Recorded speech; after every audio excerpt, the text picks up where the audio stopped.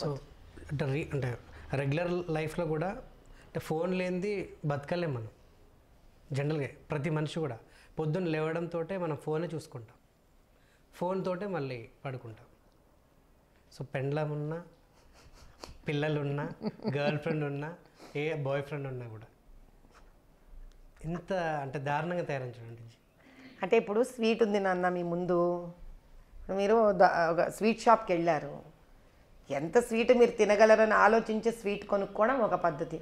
అది ప్యాక్ జరా, ఇది ప్యాక్ జరా, ఇది ప్యాక్ జరా, అది ప్యాక్ జరా, అది ప్యాక్ జరా, ఇదో 200, అదో 300, ఇదో 400, ఇదో 500 గ్రాములు అని చెప్పేసామనుకో, అంటే మనకి స్వీట్ అయినా సరే, మందైనా సరే, భోజనమైనా సరే, వ్యసనమైనా సరే, కంట్రోల్ లేని మానసిక స్థితికి మనందరం వచ్చేసాము. మొబైల్ అయినా కూడా అది మనల్ని అడగట్లేదు, 2 నిమిషాలకు ఒకసారి ఇట్లా మనకి ఏదో తప్పిపోతోంది లైఫ్లో అని భయం. ఇలా మాట్లాడుతున్నమాట అన్నం తింటూ ఇట్లా చూస్తాం మనం. ఏమైపోయి ఉంటుందా ఒక్క నిమిషం ఇలా చూసి ఇలా వచ్చే లోపల ఏ అండపిండ బ్రహ్మాండాలు కుప్ప కూలి కింద పడి ఉంటాయి చెప్పండి. నాకు తెలీదు, ఐ హ్యావ్ నో క్లూ, నాకు తెలియదు. చాలాసార్లు నా ఫోన్ ఎవరెవరో పడి ఉంటుంది యూజువల్. అంటే మీ మీటింగ్ అప్పుడే ఇలా ఇప్పుడు నేను పక్కన పెట్టుకున్నాను, ఎందుకంటే నాకు గబుక్కైన పాయింట్ అంటే ఇక మెమరీ కూడా తగ్గుతుంటుంది కదా నన్ను, అందుకు తప్ప నేను ఇంటికి వెళ్ళాను అని అంటే మా పిల్లలు, మా వారు, మా అత్తగారు, మామగారు అందరం ఉంటాం కదా, మొబైల్ తీసి ఎక్కడో పడేస్తాను. మా వాళ్ళు ఇట్టుకుంటూనే ఉంటారు, అమ్మ ఫోన్ చేస్తాం ఎత్తుతుందో లేదని. వాళ్ళకి ఇంకొన్ని అలవాటు అయిపోతుంది. ఎందుకు ఏదైనా మెడికల్ ఎమర్జెన్సీ ఉంటే కనుక టెక్స్ట్ పెట్టమని చెప్తాను, 1-2 అవర్స్ ఒకసారి వాట్సాప్ చెక్ చేస్తాను. మెడికల్ ఎమర్జెన్సీ ఎవరైనా ఏమన్నా పెట్టారా, నో మెడికల్ ఎమర్జెన్సీ, ఫెంటాస్టిక్, పెట్టేసాయి పక్కన. That is what is communication. Communication అంటే ఏంటి? ఒక మొబైల్ ఏంటి? The highest form of communication. ఫ్యామిలీతో ఉన్నప్పుడు ఎవరైనా మనకి ఎమర్జెన్సీ కమ్యూనికేట్ చేస్తున్నారా, ఫ్యామిలీతో లేకుండా మన వర్క్ స్పేస్లో ఉన్నామనుకోండి, ఎందుకంటే అంత మొబైల్ వాడండి. గూగుల్లే వాడతారో, ఇన్స్టాగ్రామ్సే వాడతారో, ట్విట్టర్లే వాడతారో, ఫేస్బుక్లే వాడతారో, వాడండి. 7 గంటల్లో కూడా 8 గంటల్లో కూడా వాడితే తృప్తి కానీ ఒక మొబైల్ ఫోను ఇంటికి వచ్చాక మాత్రం వాడితే ఏమో తృప్తి తెలియదు నాన్న. మరి అది వాళ్ళకే తెలియదు. స్టార్టింగ్లో అన్నాం. సో ఇంత అప్డేట్ అవుతున్న కొద్ది కూడా రోజుకు మర్డర్లు, మానభంగాలు, ఈవెన్ అంటే ఏజ్ కూడా అంటే మంత్స్ బేబీని కూడా వదలట్లేదు. ఈవెన్ ఆడపిల్లలు, ఆ విషయంలో ఆడపిల్లల నుంచి ఉన్నాయి, మగపిల్లల నుంచి కూడా ఉన్నాయి.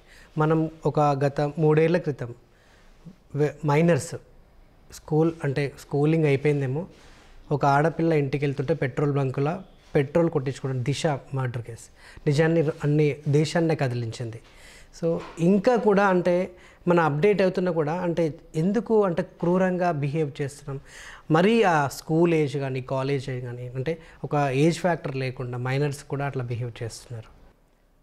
అత్యాచారం చేసిన వ్యక్తి ఎవరు చెప్పండి? అతని బ్యాక్గ్రౌండ్ ఏంటి? ఈరోజు అలవాట్లు పోయాయి, కానీ ఇదివరకు ఆడపిల్లని మనం స్కూల్లో దింపి మళ్ళీ ఎంట తెచ్చుకునేవాళ్ళం. నాకు అర్థం కాని ఏంటి అని అంటే, ఎందుకు ఏ రకంగా మృగము సమాజంలో ఉండదు అని ఎందుకు నిర్ణయించుకుంటున్నాం మనం? సమాజంలో మృగాలు లేరు అని ఎందుకు అనుకుంటున్నాం మనం? అందరూ గౌతమ బుద్ధులే ఉండాలని ఎందుకు అనుకుంటున్నాం? ఉంటారని ఎందుకు అనుకుంటున్నాం? మన ఆడపిల్లని మనం కాపాడుకోవాలి కదా, అంత టైం లేదా మన దగ్గర? పోయి లేదా? సో మీరు అన్నట్టు మృగాలు ఎందుకు ఉండకూడదు అంటున్నారు కదా. ఎందుకు ఉండకూడదని ఇట్లా ఉంటున్నారు కదా, ఉన్నాయి కదా మృగాలు, ఎందుకు లేవు? ఇప్పుడు మీకు ప్రపంచమంతా చూడండి, అసలు రేపే చేయని దేశం ఇవ్వండి నాకు ఒక్క దేశం ఇవ్వండి నాన్న, అందరూ అక్కడికి వెళ్ళిపోదాం. లేదు, అదే కదా. కానీ దాని అర్థం ఏంటి? మనుషులే మృగాల్లాగా తయారవుతున్నారు. అలాంటప్పుడు మన బంగారం మనం కాపాడుకోవాలా వద్దా? డెఫినెట్లీ. స్కూల్ పిల్ల కదా నాన్న, అని తీసుకెళ్ళాలి, దింపాలి, తెచ్చుకోవాలి. We have to. There are no short cuts. ఇది ఎవరైనా విని ఆవిడ ఇలాగే మాట్లాడుతుంది, స్వేచ్ఛ లేకపోతే ఎలా, బతకలేమా, ఎన్నన్నా అనొచ్చు నన్ను.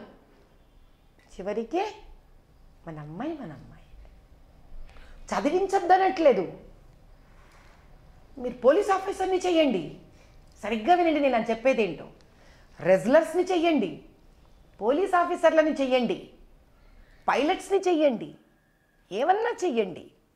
కానీ అవసరముందా మనకి ఒక చిన్న వయసు పిల్లలని ఒకళ్ళకి నమ్మి అప్పచెప్పడానికి, ఒకళ్ళని నమ్మి విచ్చలవిడిగా వదిలేయడానికి ఏం అవసరం ఉంది? సరే, అంత నమ్ముతూ ఆడపిల్లను వదిలేస్తున్నారు కదా, బంగారం ఎక్కడ పెట్టుకుంటున్నారు? ఏ ఎందుకని? అసలు మురుగాలు ఉండకూడదు కదా మీ లెక్క ప్రకారం, దొంగలు ఉండకూడదు కదా మీ లెక్క ప్రకారం. బయటపెట్టండి, బయటపెట్టండి, బతకండి హాయిగా. ప్రాణం లేని బంగారానికి, ప్రాణం లేని వజ్రాలకి, నగలకేమో బ్యాంకులు కావాలి, లాకర్లు కావాలి. అక్కడ మృగాలు ఉంటాయని మీరు ఒప్పుకోండి. కన్న ఆడకూతుర్ని మాత్రం సంరక్షించి స్కూల్కి తీసుకెళ్ళి తెచ్చుకోవడానికి, కాలేజీకి పంపించి తెచ్చుకోవడానికి, స్పోర్ట్స్కి తీసుకెళ్ళి తెచ్చుకోవడానికి, సంగీతం తీసుకెళ్ళి తెచ్చుకోవడానికి మీకు అప్పుడు సమాజాన్ని ప్రశ్నించండి. నాకు దీని దగ్గర సమాధానం లేదు, నాకు నిజంగా సమాధానం లేదు దీని గురించి. ఇప్పుడు మనం ఏదైనా అడవిలోకి వెళ్తే అక్కడ జంతువులు ఉంటాయి, జాగ్రత్త అని చెప్పేసి అంటారు. కరెక్ట్, మన పెద్దలు. కరెక్ట్. అటు వెళ్ళకూడదు, అక్కడ పులులు ఉంటాయి, పులులు ఏమొచ్చింది? మీరు కొన్ని కొన్ని చోట దట్టమైన అడవుల్లో వెళ్తే ఇక్కడ పాములు ఉంటాయి, జాగ్రత్త, ఈ టైం తర్వాత జాగ్రత్త మెన్షన్ చేస్తారు. కానీ మనం మనుషుల్లో అంటే ఒక సొసైటీలో ఉంటున్నాం కదా, అడవిలో ఉండట్లేం కదా అంటున్నాం. కాబట్టి ఇంకా జాగ్రత్తగా ఉండాలి నాన్న. ఇప్పుడు అడవిలోకి వెళితే కనీసం ఈ మృగం ఇలా ఉంటుందని దాని పాప హిస్టరీ ఉంది, అందుకే ఇంకా జాగ్రత్తగా ఉండాలి. ఎందుకు? మనిషికి వీళ్ళు వాళ్ళని బోర్డేసుకొని తిరగడు, పాముకు బోర్డు ఉంది అక్కడ, నీకు ఉందా లేదా? ఎగ్జాక్ట్లీ. పులికి ఒక బోర్డు ఉంది, నీకు మనిషికి బోర్డు లేదే. కాబట్టి ఇంకా అప్రమత్తంగా ఉండాలి కదా, ఇంకా జాగ్రత్తగా ఉండాలి కదా. మరి వదిలేసి వెళ్ళిపోతే ఎట్లా ఇష్టం వచ్చినట్టు? మీ దగ్గరే సమాధానం లేదంటే ఇంకా నేనేం చెప్పలేను. అదేంటున్నాను. కాబట్టి ఇంకా జాగ్రత్తగా ఉండాలి. నేనెవరో ఒకరికి తెలియదు, మీరెవరో ఒకరికి తెలియదు, అతనెవరో ఒకరికి తెలియదు, ఇతనెవరో ఒకరికి తెలియదు. అలాంటప్పుడు మనమెవరో, ఎదుటివాడెవడో మనకు తెలియనప్పుడు మన ఇంటి పిల్లలని మనం ఇంకా, ఆడపిల్లలు ఏమొచ్చు, మగపిల్లల్ని కూడా జాగ్రత్తగా పెంచాల్సిన వయసు ఉంది. మగపిల్లల మీద కూడా ఎన్ని అత్యాచారాలు ఉంటాయి నాన్న. ఆడపిల్లలు మనకు కనిపిస్తుంది కాబట్టి మాట్లాడుకోగలుగుతున్నాం. మగపిల్లల మీద అత్యాచారం చేసేవాళ్ళు కూడా ఎంతమంది ఉన్నారు. ఒక తల్లికే తండ్రి బాధ్యత మాట్లాడుతున్నానమ్మా నేను ఇక్కడ.